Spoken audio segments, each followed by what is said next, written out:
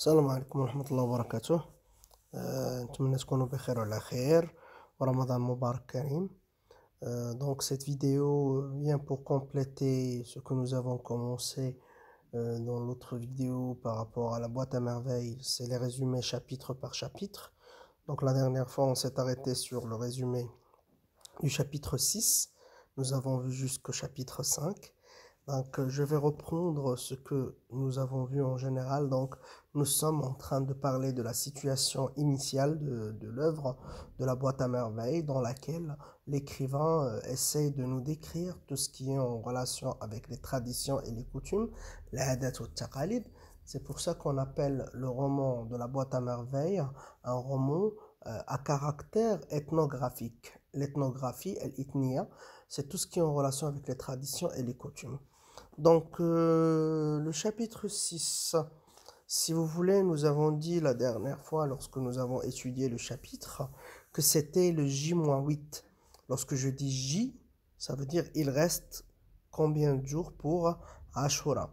Donc, il reste à peu près 8 jours. Donc, dans le chapitre 5, nous avons parlé du J-15. Donc là, nous sommes dans le chapitre 6. C'est du J-8. Il reste 8 jours pour Ashura. Donc les préparatifs homicides vont bon train. Ça veut dire on est en train de préparer homicide pour accueillir la fête du Nouvel An. Le fqih forme des équipes et Sidi Mohammed était nommé chef des frotteurs. Ce qui gonfle son orgueil. Il va être orgueilleux auprès de ses parents. Il va leur dire que sans lui, rien n'aurait pu être fait. Donc le lendemain, qu'est-ce qu'il fait? Il accompagne sa maman au marché, la Qessaria, pour acheter les vêtements de cette cérémonie. Donc c'est un lieu fantastique, multicolore pour l'enfant. C'est un lieu fantastique et multicolore pour l'enfant. Il nous relate le marchandage de sa maman, comment sa maman était très chiche et elle savait négocier les prix. La négociation. Rahma, dans la peau de narratrice, par la suite, va nous enchasser un récit sur Se'tuman. Se'tuman, c'est un vieillard qui a épousé pas mal de femmes, sauf sa femme, la dernière femme, qui a su le dompter. C'est la seule qui le punissait. C'est pour ça qu'il est tombé amoureux d'elle. C'est un exemple, je dirais, c'est un vieillard qui aime être puni. Sauf cette jeune femme qui a épousé à la fin. Donc elle a su faire la conquête de son cœur. Chapitre 7. C'est le J-2 et le JJ. Ça veut dire qu'il reste 2 jours pour Ashura. Et nous allons avoir même l'Ashura. Toutes les femmes essaient les tambourins. Sidi Mohammed a droit à une trompette qui dérange tout le monde. Il a dérangé tout le monde. Hammosa, Azouz Barrada, elle est Hammosa parce qu'il est le tout petit de la classe. Vient chercher Sidi Mohammed car le fqih avait besoin de lui. Sidi Mohammed, il bénida parce que c'est une personne très importante. Homicide, vous vous rappelez dans le chapitre 6. Mais Al-Mabslam, qu'est-ce qu'il fait? Il emmène son fils pour le lendemain pour lui acheter les jouets et il a droit à une coiffure chez Sidi Abdelrahman. Sidi Abdelrahman, c'est une personne que Sidi Mohammed déteste le plus au monde. C'est une description, il va décrire Sidi Mohammed les discours et les méthodes de Sidi Abdelrahman, une personne qu'il déteste beaucoup. Pourquoi? Parce que c'est lui qui sera chargé de le circoncire. Ashura est là, le jour J, Ashura est là. Sidi Mohammed se réveille à 3 h du matin pour fêter dignement le nouvel an avec ses camarades homicides. Il va porter ses vêtements de Ashura. Donc l'Aïcha, il va venir comme toujours à l'improviste et place au commérage des femmes. Sidi Mohammed, lui, il voulait partir voir l'Aïcha. Il dit les jouets, il a dit que la fille a 9 ans, mais dommage, c'est l'Aïcha qui est venue. Donc Ashura s'est éloigné. On est maintenant dans le chapitre 8 et place au jour de chaleur, Sad. C'est l'été. Les mouches envahissent les maisons. La salle du Msid était jugée très étroite.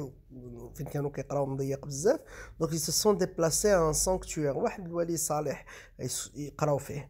La mémoire de Sidi Mohammed fait des miracles et apprend plus rapidement, ce qui rend Malim Abslam très fier. C'est normal, غيفرح ولدو ولا كيقرا مزيان. Description des enchères au bracelet. Donc le père, qu'est-ce qu'il va faire? Il va emmener les Zoubida, Fatma Bziouia et Sidi Mohammed au marché des enchères, au Haïk, où il va acheter les bracelets, les bracelets pardon, pour les Zoubida. Donc description des enchères au bracelet lune soleil. Les Zoubida quand les bracelets lune et soleil, le Shams al-Qamar, qui tourne en drame, comme Al-Mabslam, se dispute avec le Dlel.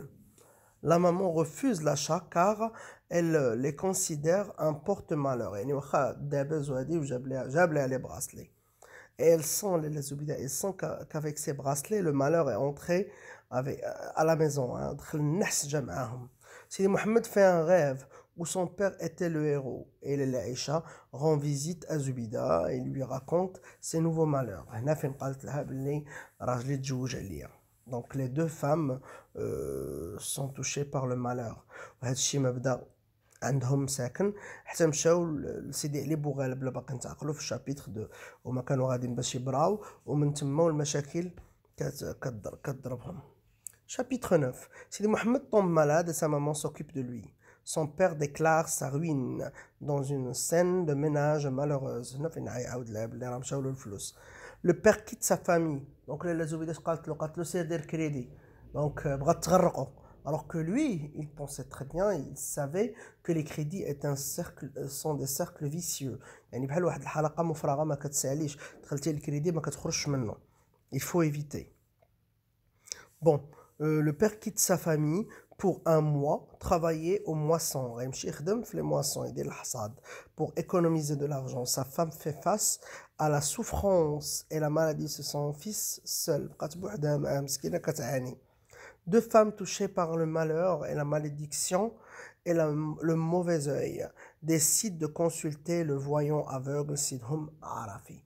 يمشيو عند واحد الشواف باش يشوف لهم المشاكل ديالهم. Chapitre 10. Un petit enfant conduit les femmes Sidi Mohammed dans un dédale sombre. هنا كيعاود لنا هنا فاش كانوا غاديين عند داك الفقيه. Sidi Mohammed décrit le lieu de Sidi Arafi avec son panier et sa bienveillance qui lui rappelle sa boîte à merveilles. Sidi Arafi a la boîte بحال la boîte à merveilles de Sidi Mohammed. Sidi Mohammed, Zoubida et Aïcha plongeaient respectivement la main dans la boîte et recevaient chacun des conseils. هنا كل واحد بدا كيجبد من ديك لا بواط وهذاك الولي الصالح هذاك سيدي العرافي كيعطيهم النصائح. En sortant, Sidi Mohammed était si joyeux, فرحان. Soudain, il se cache dans le haïk de sa maman. C'est une scène comique. Pourquoi? Parce qu'il a vu le frère. Sidi Mohammed tient compagnie à sa maman durant l'absence de son père. Un messager de bon augure vient de la campagne ramener des nouvelles du père. هنا فاش غادي سيدي معلم عبد السلام غيصيفط شي حد يدي لهم تقضيه ويعطيهم فلوس ويعطيهم الخبار عليه. Donc لاله عائشه arrive elle aussi mais pour inviter les Zoubida. جات عندها قالت لها غدا جي عندي بغيتك. Donc le chapitre 11. Sidi Mohammed et sa maman rendent visite à لاله عائشه. Bon partir voir لاله عائشه qui était en guerre contre les mouches. مدابزه مع الدبان. Pourquoi? Parce qu'elle va avoir des invités. Salama arrive. C'est qui Salama? C'est une marieuse professionnelle, Ngafa. Et entame un discours où il était question du pardon de la Aïcha. Sidi Mohammed descend aux toilettes et reçoit des injures d'une voisine très impolie. Salama défend Sidi Mohammed parce qu'il a bu trop de thé. Il va descendre et il va avoir des réprimandes d'une voisine parce qu'il n'a pas fermé la porte des cabinets. Alors, Zhor arrive, une voisine de petite taille, belle et attirante par sa beauté. Elle était le point de mire dans la discussion des femmes. Zhor جات وهي زوينه بزاف كلشي كيشوف فيها هي بوحدها. Même si Mohammed l'admire beaucoup, عجباتو بزاف. Il disait savoir des nouvelles de Moulay al-Arbi avec sa nouvelle femme et que rien ne va dans cette relation, dans ce ménage et qu'il allait divorcer. Donc elle a confirmé qu'il y aura un divorce. Le dernier chapitre de la boîte à merveilles. Le narrateur souhaite rivaliser avec les femmes dans leur gaieté et compose un air musical. Hein? غيبدا يغني لهم حتى هو غيبدا يغني معاهم. والأغنية اللي كنظن أنكم عاقلين عليها مزيانة. الليل والقمر ليل والقمر ليل والقمر ليل والقمر ألا لا زهور. Donc il a choisi de parler de Zhor. Hein? Il a omis toutes les autres femmes حيد كاع الأسماء الآخرين واختار زهور parce qu'il adore. Il choisit le nom de Zhor comme bien-aimé. C'est là où Allal Yaqoubi, un camarade de Msid, met fin à la joie de Sidi Mohamed. جعل غفلة على اللي يعقوبي. شكون هو على اللي يعقوبي؟ هو العريف ديال القسم. صيفطو الفقيه قال له سير جيب سيدي محمد، سير شوف عليه الخبار عليه. سيدي محمد شافو ويهرب تخبى ورا الفراش، حيت غيمشي على اللي يعقوبي يقول للفقيه وا جو لي تروفي اون تران دو شونتي، كان كيغني. بون زينب annonce le retour de معلم عبد السلام. شافته. Il arrive, Driss Al-Aouad, bon, Ma'alem Abslam est arrivé, Driss Al-Aouad annonce que le divorce de Moulay Al-Arbi est sur le point d'être prononcé, et Sidi Mohamed était très joyeux avec sa famille, mais, il se retrouve encore une fois seul dans le monde des grands et des adultes. Le narrateur se sent seul et réouvre sa boîte à merveilles. Et c'est la fin de l'histoire. J'espère que vous avez compris les résumés des chapitres par chapitre que nous avons fait ensemble.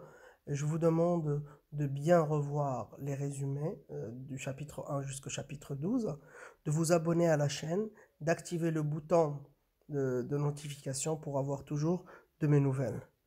Yallah, au revoir.